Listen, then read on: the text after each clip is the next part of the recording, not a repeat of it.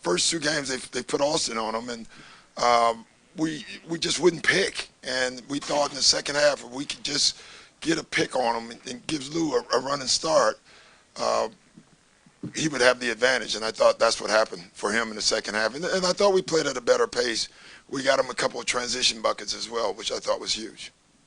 Would you comment on Austin Rivers' performance tonight? He was okay. Doc over here. Doc, I think you guys went to a 2-1-2 zone, if I'm not mistaken. Yeah. Can you just, I guess, explain the thinking behind it? And is that something that we'll see? Yeah, we've done it all year. We do it every game for a minute or two here and there, usually out of timeouts, because most teams when they come out of timeout they have a play, and then they see a zone and they don't run the play. So we do it a lot. It worked except for the rebounding. It's in every zone in the NBA. It's tough because you don't have bodies on bodies, but you do take them out of place. You guys went with pretty aggressive traps on James. And not a good job, but yeah. That's what I was going to ask about how you felt. 'Cause you did force some I love turnovers. what we did. I just didn't like our execution of it, But, listen, every time you play each other, there's a blueprint that you see, and there's things that you learn. When we go back and watch, we'll see what we could have done better. There's no doubt when James Harden has a lot of attempts, they win games. And so we were just trying to limit his touches and make them work. You guys went on a 10-2 run in the final minute. How did that happen? Well, the first one, they didn't see me call a timeout, and so we got a 3. We drew up hammer action. And then the transition 3. So, that was 9 right there. And then the last play, Lou said a great pick. All Kawhi needs is an inch. And again, the guys guarding Lou and the guy guarding Kawhi all night, they never switched, and so we put those 2 together, and we felt because they wouldn't switch, it would give Kawhi a little, just an inch, and he got it. Coach, the team seems composed in these key moments. Yeah. That's not really something you can teach or coach. I mean, how is this veteran team? What's been the reason? Well, you got and PG, so they're going to be composed. They've been in big games. They've been there before. And when you have 3 guys where you can move the ball, you think about it, each one of them made a shot down the stretch. It helps everyone else when they know they have those 3 on the floor. Doc, it's only been a couple games so far. How are you deciding, whether it's late in games or night tonight when you're playing against 2 superstars, who Kawhi is going to guard, who Paul is going to guard? I mean, they switched on James a little bit. Well, I would say this: if it was later in the year, you would see them on guys a lot more. I mean, we didn't put James. We put Kawhi on James very late in the game.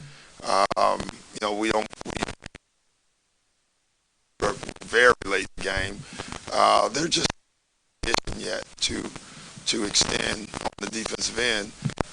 What helps us is we have Pat, we have Mo Harkless, we have Trez, we have other guys, Rodney Magruder, who can take up the slack for them defensively, and that's really helped us. Hey, Doc, Mike was lamenting he felt like you were at midcourt in the middle of the play. What was your view of it? Well, I didn't pick anybody. Yeah. If I had ran into someone, then it would have been a technical. I'm so quick, like ninja-like. So, if you saw me, never mind. I was trying to get a timeout, and no one saw me, including the ref, who I was doing like this to. So, fortunately, we got a 3 on that play. I was glad we did not get the timeout.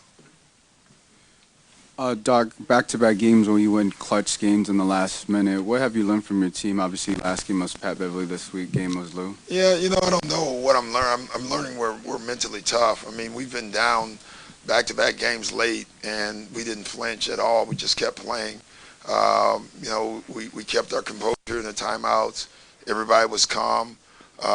We executed down the stretch today. I mean, the 3 that Paul George got out of the timeout, that was a back pick by Jamaica that required timing, and he did it perfect. So that was nice to see. We haven't had a lot of these situations. We haven't had the chance to practice any end of the game plays because our guys have not been practicing. So it's nice that you can execute something sight unseen. I mean, we'd never run that play, and they ran it right. So that tells you a lot about your team. Doc, was this game kind of about to play out the same way the last one did when Pat fouled out and they started to pull away a little bit? What was different this time than just the last time you played him? It's interesting. I think offensively we made shots. Ramona, we couldn't make a shot in Houston, and so even when you're turning the ball over in Houston and missing shots, you're not going to win the game. Yet even in that game, we stayed close enough. I don't remember the last 3 minutes. I wasn't out there. If you remember that last game, so I didn't enjoy it. You guys, can you tell me what happened? Because I wasn't there. Doc, I don't know if you can tell Pat to chill, but it seems like he was a bit over-aggressive at times today. Is that something you just live with? Is that something you try to get toned down a bit, or? You want me to tell Pat to chill? I said I don't know if you can, but is that something you can just live with? I have. Really. Some guys you do because it's part of his makeup. It's part of what makes him great too. You hope he has he can guide himself through early fouls. He picked up like 3 silly fouls. He knows it. He always raises his hand. But I keep saying, but you keep doing it, So at some point, he'll figure that out because everybody wants to play. And I know he would have loved to have been on the floor. That Lou Kawhi pick and roll. Yeah. We went to time and again in the fourth quarter. Yeah. Why did that seem like something you want to keep going with? Because, the 3 times we've played Houston, they put Austin on Lou. They put Tucker on Kawhi, and they tell both of them don't switch. And so if one gets picked, whoever gets picked, that guy, he has an opening. And we saw it. We ran it. We got a basket. They finally switched it, and then we got Kawhi with Austin guard him. He's too small. Then they didn't switch it, and then Lou got the shot. So it created enough confusion to give us a little cracks so we can get shots. Doc, PG had 8 assists last game. He had 7 tonight. Yeah. Seems like he's taken more of a facilitator role since Kawhi's return. Has that been deliberate, or has that just been how the game is? It's just how the game's been. He's such a great passer. He really is. We forget he was a point guard for Indiana, maybe for even 2 years, I want to say. He's played the position where he can handle the ball, and he's been good at it. Doc, tonight was kind of like a celebration for LA, the New Jerseys. Is it a time for the fans to be excited? What we've seen the last 2 games, also a franchise record in terms of starting the season with the 10-1 at home. Is it an exciting time in that sense? Yeah, it's amazing. That's a franchise record. That's hilarious in some ways, but it's good. The fans have been phenomenal. It's a difference. You can tell. In the past when we played teams like Houston and Boston, 60% of the arena sounds like they're for the whole other team. You can see this year there's still other fans that come in, but it's a Clipper fan. You can hear our fans. I think we're finally creating a home court. We've yet to do that since I've been here, and you can finally feel like our guys feel like this is a home court. It's nice. And just wait till 4 years. Never mind. I'm just joking. Thank you, guys.